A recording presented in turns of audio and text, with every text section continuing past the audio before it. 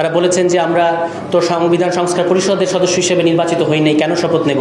অথচ জুলাই সনদ বাস্তবায়ন আদেশে এটা বলা আছে যে আপনি একই সাথে দুই ধরনের সদস্য হিসেবেই আপনি ভূমিকা পালন করবেন। আমরা বিএনপিকে বলবো যে আপনারা হয়তো আপনাদের ডিমেনশিয়া আছে কিনা আমরা জানি না, এত দ্রুত ভুলে যায়েন না যে বাংলাদেশে এই সংস্কার জনগণ রক্ত দিয়ে অর্জন করেছে এবং এটাকে আপনারা 6-9 করবেন এবং করে আপনারা পার পেয়ে যাবেন, এই আশা করাটা বোধহয় ঠিক হবে না। শুধু 2/3 দেমাগ আমাদেরকে দেখাবেন না, বাংলাদেশের মানুষকে দেখাবেন না। আমরা তো আপনাদের উদারতার মুখাপেক্ষী না, বাংলাদেশ তো সরকারের উদারতার মুখাপেক্ষী না। উল্টো আপনারা যে বৈধতার প্রশ্ন তুলছেন এই গণভোটের, জুলাই সনদ বাস্তবায়ন আদেশের, এটা আপনারা আসলে কেঁচো খুঁড় থেকে সাপ বের করার মতো একটা অবস্থার মধ্যে দিয়ে নিয়ে যাচ্ছেন বাংলাদেশকে। এখন বাংলাদেশের সমস্ত রাজনৈতিক প্রশ্নে আদালত নাক গলাচ্ছে। এটা তো আদালতের কাজ হচ্ছে গণরায়কে প্রতিষ্ঠা করা, এস্টাবলিশ করা। সবাইকে শুভেচ্ছা। গণভোট বাস্তবায়ন নাগরিক ফোরাম আজকে যে জরুরি আলোচনাটার আয়োজন করেছে, জন্য আমি তাদেরকে আমাদের দলের পক্ষ থেকে বা আমার নিজের ব্যক্তিগত জায়গা থেকে শুভেচ্ছা জানাই যে এরকম একটা গুরুত্বপূর্ণ আলোচনা আমরা করতে পারছি, এবং বিশেষত যখন একটা আমাদের সংস্কার বিষয়ক রাজনীতি এবং অ্যাক্টিভিজমের একটা অত্যন্ত গুরুত্বপূর্ণ ধাপ আমরা অলরেডি পার হয়ে এসেছি। সেটা হচ্ছে যে বাংলাদেশের রাজনীতিতে বা বাংলাদেশের জন্য, রাষ্ট্রের জন্য সংস্কার প্রয়োজন, এবং সেই সংস্কার কীভাবে বাস্তবায়ন করা হবে সেটা নিয়েও খুবই জটিল পর্যায়ের আলাপ আলোচনা সমস্ত রাজনৈতিক দল মিলে করার পরে এটা জনগণের ম্যান্ডেট পেয়েছে, গণভোট হয়েছে। সেই গণভোটের পরে এখন শুধু বাস্তবায়ন প্রক্রিয়াটা বাকি, আর বাকি সবই কিন্তু হয়ে গেছে। জনগণের রায়ও আমরা পেয়ে গেছি, মানে বাংলাদেশের সংস্কার প্রয়োজন, এটা নিয়ে এখন আর কোনো কন্ট্রোভার্সি নাই। কিন্তু দুঃখজনকভাবে আমরা দেখতে পাচ্ছি এখন যে কনটেক্সটে আমরা আলোচনাটা করছি, যে এখন শুধু আমাদের চিন্তা করার কথা ছিল যে সংস্কার পরিষদ কিভাবে এই সংস্কারগুলোকে কনস্টিটিউশনালাইজ করবে, কিন্তু আমরা এখনও প্রতিবাদ কিংবা সরকার সংসদের কাছে প্রত্যাশা জানাতে হচ্ছে। যেমন আজকের শিরোনামে কিন্তু আছে প্রত্যাশার কথা, কিন্তু এই সংস্কার বাস্তবায়ন করা কিন্তু এটা শুধুমাত্র সরকারের কিংবা সংসদের উদারতার প্রশ্ন না। এটা হচ্ছে এটা তাদের দায়, এটা তাদের দায়িত্ব করতে হবে। তাদেরকে এই ম্যান্ডেট দেওয়া হয়েছে, এটাই তাদেরকে দায়িত্ব দেওয়া হয়েছে। জুলাই সনদ বাস্তবায়ন আদেশে এটা পরিষ্কার লেখা আছে যে আগামী সংসদকে এটা বাস্তবায়ন করতে হবে, এবং সংসদ স্টাইল হোক রুচিশীল, পরিচয় হোক রাজকীয়, e-commerce platform palace of classy, যেখানে ফ্যাশন মেলে আত্মবিশ্বাসে। শীতের হুডি হোক বা গরমের আরাম, আমরা আছি আপনার পাশে। 100% অরিজিনাল প্রোডাক্ট, দেশের যে কোনো প্রান্তে, ফ্রি হোম ডেলিভারি। অর্ডার করতে ইনবক্স করুন এখনই।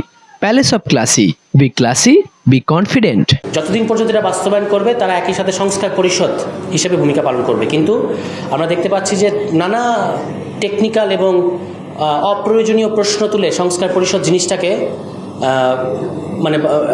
সামনে আসতে দেওয়া হচ্ছে না, এবং সরকার এই ক্ষেত্রে তারা সংস্কার পরিষদের শপথটা নেয় নাই।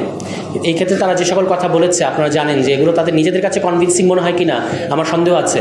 তারা বলেছেন যে আমরা তো সংবিধান সংস্কার পরিষদের সদস্য হিসেবে নির্বাচিত হই নাই, কেন শপথ নেব? অথচ জুলাই সনদ বাস্তবায়ন আদেশে এটা বলা আছে যে আপনি একই সাথে দুই ধরনের সদস্য হিসেবেই আপনি ভূমিকা পালন করবেন। দ্বিতীয়ত তারা প্রশ্ন করেছেন যে কে শপথ নেবেন, তো কে শপথ নেবেন এটাও কিন্তু বলা আছে যে যিনি সংসদ সদস্য শপথ নেবেন তিনিই আসলে এই শপথটা নেবেন। এবং তারপরে তারা যখন এই দুই ধাপের প্রশ্ন যখন এটা যখন সুবিধা করতে পারে না, তখন তারা তৃতীয় ধাপে প্রশ্ন করে যে এই জুলাই সনদ বাস্তবায়ন আদেশের কি আইনি ভিত্তি আছে, এটা কি সংবিধানে কোথাও আছে? এটা কিন্তু সংবিধানে থাকার কোনো কারণ নাই, সংবিধানে এটা থাকবেও না, এটাই স্বাভাবিক। কিন্তু তারা এই 72 সংবিধানের ভেতরে এটার সমাধান খুঁজতে চায়। কিন্তু যখন জুলাই সনদ বাস্তবায়ন আদেশকেও কিন্তু গণভোটে জনগণ পাশ করেছে, জনগণ শুধুমাত্র গণভোটে 4টা প্রশ্নকে পাশ করায় নাই। আপনি দেখবেন প্রথমেই বলা আছে যে আপনি কি জুলাই সনদ বাস্তবায়ন আদেশের ব্যাপারে সম্মতি জ্ঞাপন করিতেছেন, তার মানে জুলাই সনদ বাস্তবায়ন আদেশকেও কিন্তু জনগণ পাশ করিয়েছে। ফলে এটা নিয়ে আর কোনো এই গণভোটের পরে, জনগণের রায়ের পরে সংবিধানে আছে কি নাই এই ধরনের খুবই অপ্রয়োজনীয় টেকনিক্যাল প্রশ্ন সরকারের পক্ষ থেকে, এবং বিশেষত সরকার সংশ্লিষ্ট আইনজীবী এবং বিভিন্ন সুশীল সমাজের ব্যক্তিত্ব যে প্রশ্নগুলো করছেন, এটা আসলে একটা সংস্কার বিরোধী অবস্থান হিসেবেই আমরা দেখতে পাচ্ছি। কারণ এবং এখানে সরকারের সদিচ্ছা নিয়ে যথেষ্ট পরিমাণ সন্দেহ তৈরি হয়েছে। একদিকে এই জিনিসটাকে সাবজুডিস করে যে এটা তো এখন সাবজুডিস, আমরা কি করব এরকম বলছেন। অন্যদিকে তারা বলছেন পত্রপত্রিকায় যে আমরা দেখতে পাচ্ছি যে স্বরাষ্ট্রমন্ত্রী তিনি বলেছেন যে ওই ডেপুটি স্পিকার এটা আমরা বিরোধী দলকে দিতে চাই, এটা তাদের সরকারের উদারতা হিসেবেই দেখা উচিত। আমরা তো আপনাদের উদারতার মুখাপেক্ষী না, বাংলাদেশ তো সরকারের উদারতার মুখাপেক্ষী না। সরকার বাংলাদেশের জনগণের কাছে এখন বাধ্য, এটাই আপনার ম্যান্ডেট, এটাই আপনার বৈধতা। উল্টো আপনারা যে বৈধতার প্রশ্ন তুলছেন এই গণভোটের জুলাই সনদ বাস্তবায়ন আদেশের, এটা আপনারা আসলে কেঁচো খুঁড়তে গিয়ে সাপ বের করার মতো একটা অবস্থার মধ্যে দিয়ে নিয়ে যাচ্ছেন বাংলাদেশকে। এই অঙ্গীকারনামায় আপনারা একটু দেখি, এই অঙ্গীকারনামাটায় সমস্ত রাজনৈতিক দল, এখানে বিভিন্ন রাজনৈতিক দলের প্রতিনিধিরাও কিন্তু আছেন, আমরাও গেছি, আমরাও সেখানে খুব অ্যাক্টিভলি পার্টিসিপেট করেছি, এখানে কায়ুম ভাই আছেন, তাদের দলে উপস্থিত ছিল। এই অঙ্গীকারনামায় জুলাই সনদের যে অঙ্গীকারনামা 7টা ধাপ, এখানে 3 নম্বর ধাপে পরিষ্কার বলা আছে যে এটা নিয়ে আদালতে প্রশ্ন উত্থাপন করব না এবং এটার আইনি এবং সাংবিধানিক ভিত্তি নিশ্চিত করব, এবং সেখানে সমস্ত রাজনৈতিক দল সাইন করেছে। এখন হ্যাঁ, বিএনপির কাছে একটা খুব সহজ উত্তর আছে, যেটা সালাউদ্দিন ভাইও কমিশনে বলতেন যে আমরা যেহেতু দায়িত্বশীল রাজনীতিবিদ, আমরা হয়তো আদালতে যাব না, কিন্তু কোনো না কোনো নাগরিক তো যাবে। তো হ্যাঁ, আমরা দেখতে পাচ্ছি আপনাদের সাথের লোকজন, আপনাদের নির্বাহী কমিটির আইনজীবী ফোরামের লোকজন, তারা আদালতে গিয়ে এই জিনিসটাকে আদালতে নিয়ে এক ধরনের একটা অচল অবস্থা তৈরি করার চেষ্টা করছেন। তো এইটা পুরো জিনিসটাই বিএনপির পরিকল্পনার মধ্যে ছিল। তারা ওইখানে যেটা আপনি ওই যে মুক্তিযুদ্ধ মন্ত্রী তিনি যেটা বলেছেন, এটাই বিএনপির বক্তব্য, যে আমরা যদি না মানতাম তখন তাহলে তো নির্বাচনটা দিত না, এবং এই কারণেই তারা চুপচাপ এই পুরো প্রক্রিয়া মানলেন। নির্বাচনের আগে যখন জুলাই সনদ বাস্তবায়ন আদেশ দেওয়া হলো, 2 মাস সময় ছিল নির্বাচনের আগে, তখন কেউ আদালতে প্রশ্ন করলো না। এখন আপনি এই আইনের ইফেক্ট হিসেবে গণভোট আমরা পেয়ে গেছি জুলাই সনদ বাস্তবায়ন আদেশের ভিত্তিতে। জুলাই সনদ বাস্তবায়ন আদেশটা যে কারণে এসছে একটা গণভোট বাংলাদেশে আয়োজন করার জন্য, সেই গণভোট হয়ে যাওয়ার পরে এই আইনটা এমনিতেই তো আর এটার তেমন কোনো ইফেক্ট নাই। আপনি এখন এই আইনকে প্রশ্নবিদ্ধ করছেন কোন স্বার্থে?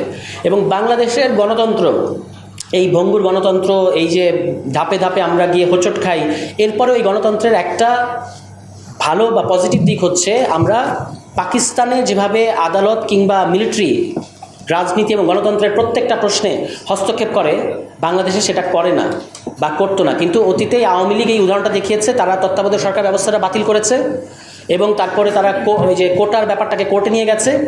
এই দুটো জিনিস এখন বাংলাদেশের সমস্ত রাজনৈতিক প্রশ্নে আদালত নাক গলাচ্ছে।